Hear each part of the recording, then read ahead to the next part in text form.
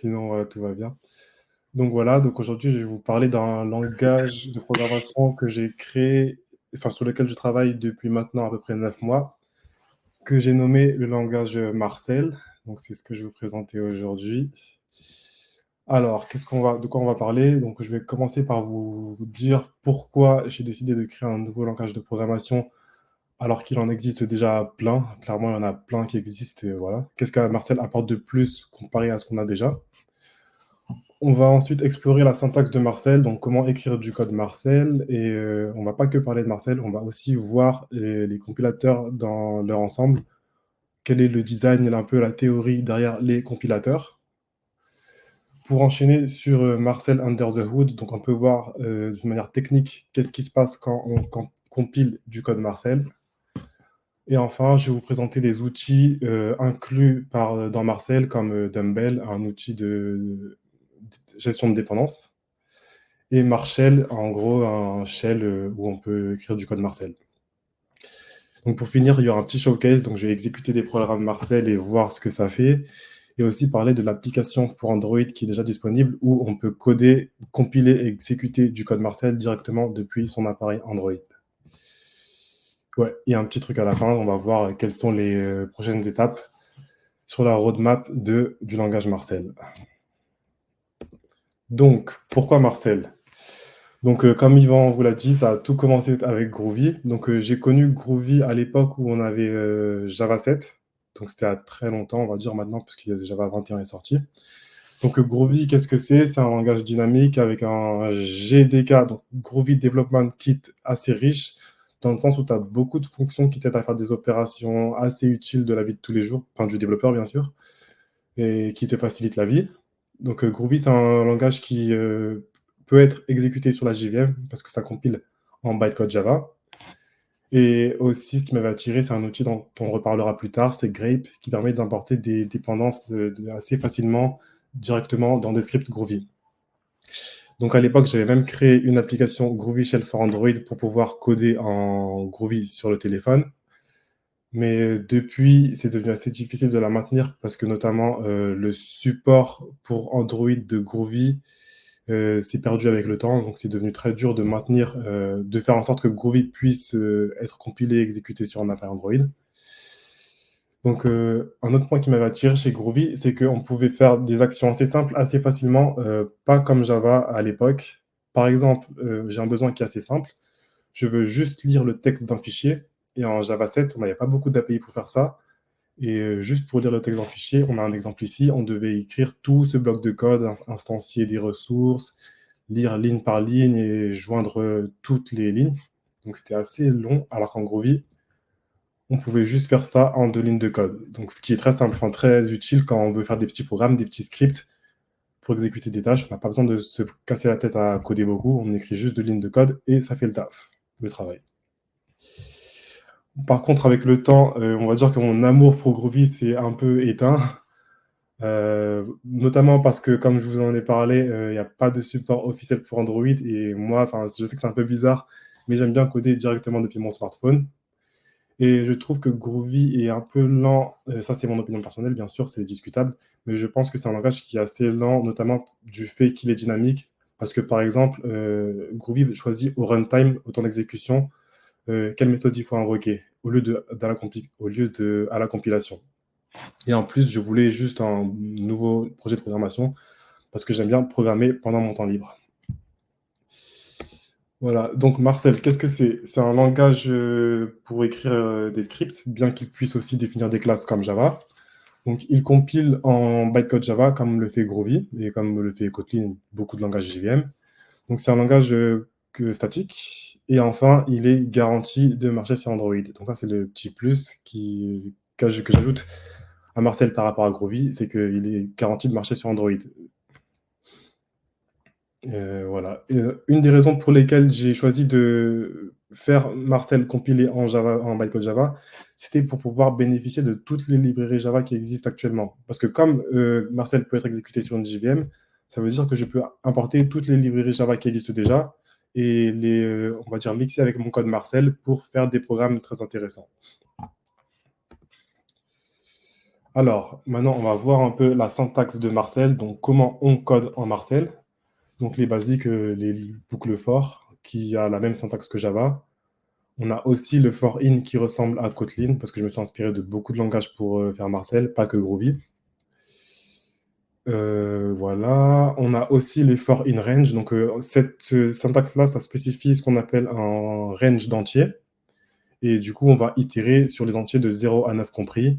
On a aussi des ranges exclusifs où là, on va aller de 0 inclus à 10 exclus. Donc en fait, de 0 à 9 inclus, quoi. Donc on a les boucles for, on a des switch et les when, donc qui permet d'avoir des branches conditionnelles. Donc les switch, tu compares la valeur que tu passes ici avec différentes valeurs et en fonction de la valeur, tu vas exécuter la branche correspondante. Et le when, c'est un peu comme un switch avec plus de liberté dans le sens où tu spécifies les conditions que tu veux pour tes branches. Et ces deux instructions peuvent retourner des valeurs, donc c'est pour ça qu'ici qu'on peut voir qu'on assigne une valeur avec un when. Ensuite, un feature que je trouve beaucoup et qui pourtant que j'aime beaucoup et qui pourtant n'existe pas dans plein de langages de programmation, c'est la déclaration de variables dans les if. Donc on sait qu'en Java, on a des variables qui peuvent être nulles, comme dans beaucoup de langages, et parfois on veut appliquer des traitements à des variables uniquement si elles ne sont pas nulles. Donc c'est ce que permet cette syntaxe. Par exemple, là, on va fetch something, et si le résultat n'est pas nul, on va pouvoir faire du traitement avec cette variable. Et cette syntaxe permet du coup de déclarer la variable dans le if, mais hors du if, cette variable n'existera plus, et c'est ce qu'on veut parce que de toute façon, hors du if, cette variable est inutile. Donc cette variable marche aussi avec les optionales pour ceux qui sont familiers avec le Java. Donc on peut décapsuler les variables, enfin les valeurs des optionales pour pouvoir faire le même traitement que précisé ici. Donc pour pouvoir implémenter ce genre de syntaxe, ce genre de logique, il faut définir un concept de vérité. Donc comment tu définis si une variable non booléenne est considérée comme vraie ou pas. Et c'est ce que définit la vérité de Marcel, on va dire, un nom un peu drôle. C'est toutes les valeurs qui sont faux, nul, empty, et voilà, toutes les valeurs définies ici sont considérées comme fausses. Le reste est considéré comme vrai. Donc ici, on voit qu'on a un type custom. La valeur sera considérée comme vraie que si le type est non nul, enfin la valeur est non nulle. Voilà, donc on a aussi des valeurs littérales, hein, le basique, spécifier des nombres, spécifier des booléens, des caractères, des chaînes de caractères. On a aussi l'interpolation comme en JavaScript et plein d'autres langages, Kotlin, et aussi une syntaxe pour spécifier des patterns Java qui ressemblent à la syntaxe de JavaScript. Enfin, on peut aussi spécifier des listes, un peu comme en Groovy, et les accéder par leur index, et aussi des maps. Donc la syntaxe des maps est très similaire, voire la même que celle de Groovy. Donc on peut spécifier des nombres en clé, des chaînes de caractères. Et cette syntaxe, c'est pas une variable, ce groupe-là, c'est une clé qui sera une chaîne de caractères myLiteralKey et la valeur, qui sera une variable. Par contre, ici, si je l'entoure entre parenthèses, ce sera une variable myRefKey et une variable en valeur. Donc, pour créer des classes en Martel, on a la syntaxe suivante, donc, qui ressemble beaucoup à Java. Donc, on définit une classe, on définit des champs pour la classe. Et là, on a une syntaxe dont je me suis inspiré du langage Dart, qui n'est pas très connu, mais qui commence à l'être, notamment grâce au framework Flutter de Google, qui permet de faire des applications cross-platform. Donc, cette syntaxe, qu'est-ce qu'elle fait? Elle permet d'économiser, on va dire, quelques lignes du code. Parce que dans beaucoup de langages, quand on déclare un constructeur, on va juste déclarer des paramètres et assigner ces paramètres au champ de la classe. Donc en fait, en Java ou Kotlin, on aurait pu faire un constructeur de ce genre-là où je définis des paramètres et je fais que des this.name égale name, etc., etc. Donc des opérations assez basiques. Et cette syntaxe avec le this permet justement d'éviter d'avoir besoin de faire ça. Le compilateur va automatiquement déclarer les paramètres et les assigner au champ correspondant. Donc, pour déclarer des fonctions, on voit qu'on a le keyword fun qui permet de le faire. Et si la fonction ne contient qu'une seule expression ou statement, j'ai oublié comment on dit en français, on peut la déclarer avec cette syntaxe-là. Ensuite, ça ne bouge plus. Ah si, ça bouge. Ok, donc Anatomy of a Compiler. Donc accrochez-vous, on va faire un peu de théorie, j'espère que je ne vais pas vous perdre, je vais essayer d'être le plus clair possible. On va voir comment les compilateurs marchent de manière générale. Alors, en compilateur, c'est souvent découpé en 4 étapes différentes. Donc en fait, chaque étape est comme une machine qui va prendre en entrée quelque chose, le transformer pour le passer à l'étape d'après. Donc, on a l'analyse lexicale, l'analyse syntaxique, autrement appelée le parsing, l'analyse sémantique et la génération de code.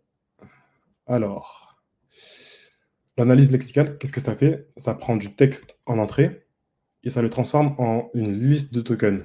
Donc, par exemple, là, on voit qu'on a le texte int a égale 2. Donc, on a le keyword, le mot-clé int. Chaque mot-clé est un token différent. Ensuite, on a un identifiant. Donc, un identifiant, c'est tous les noms qui permettent de nommer une fonction, une classe, un champ, etc. Un identifiant.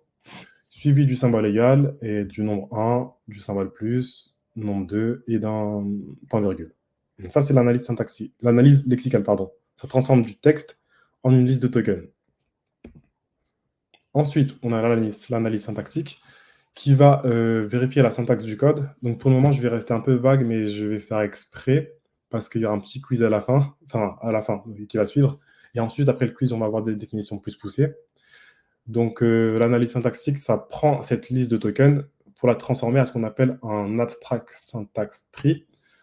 En gros, c'est un arbre qui va représenter la logique de ton code. Donc là, on voit il y a plusieurs représentations différentes. Là, j'ai choisi celle-là, mais ce n'est pas la seule possible. Donc, on voit que ça transforme cette liste de tokens en un arbre où là, on déclare une variable qui a pour nom A et qui a pour valeur un plus entre 1 et 2. Ensuite, on a l'analyse sémantique qui va vérifier si l'arbre est sémantiquement correct. Encore une fois, je reste vague, mais c'est normal. On va voir plus tard qu'est-ce que ça fait. Et enfin, la génération de code, donc qui va convertir cet arbre vérifié en bytecode Java ou binaire pour les langages C ou ce que vous voulez. Donc, question numéro 1. Quelle étape peut donner ce genre d'erreur? Donc là, en gros, on essaie de compiler du code et ensuite, on a l'erreur suivante, la variable A est déjà définie. Donc quelle étape peut donner ce genre d'erreur? Analyse lexicale, syntaxique ou sémantique? Donc je vous laisse réfléchir un peu. Donc là, j'essaie de compiler du code Marcel, par exemple, et là, mon compilateur me donne ce message. De quelle étape vient ce message? Donc la réponse, c'est l'analyse sémantique. Donc par exemple, si on a le code suivant en input, on déclare 2 fois d'affilée la même variable. En fait, c'est l'analyse sémantique qui va vérifier si la variable est déjà définie. Parce que l'analyse syntaxique, son seul rôle, c'est de vérifier la syntaxe du code. Ça veut dire vérifier que tu déclares tes classes comme le langage te l'autorise. Donc ça veut dire mot-clé classe suivi d'un identifiant, suivi de l'accolade, etc., etc. Pareil pour les fonctions, pour tout ce que tu veux. L'analyse syntaxique vérifie seulement que la syntaxe est correcte, que l'enchaînement des tokens est correct. Ensuite, la logique derrière ces tokens, enfin, les variables, tout ça, c'est pas l'analyse syntaxique qui le gère, c'est l'analyse sémantique.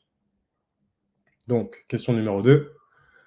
On a un autre message d'erreur. Là, le compilateur, il s'attendait à avoir une expression de type integer, mais on lui a donné une expression de type float. Donc, c'est l'erreur que donne le compilateur.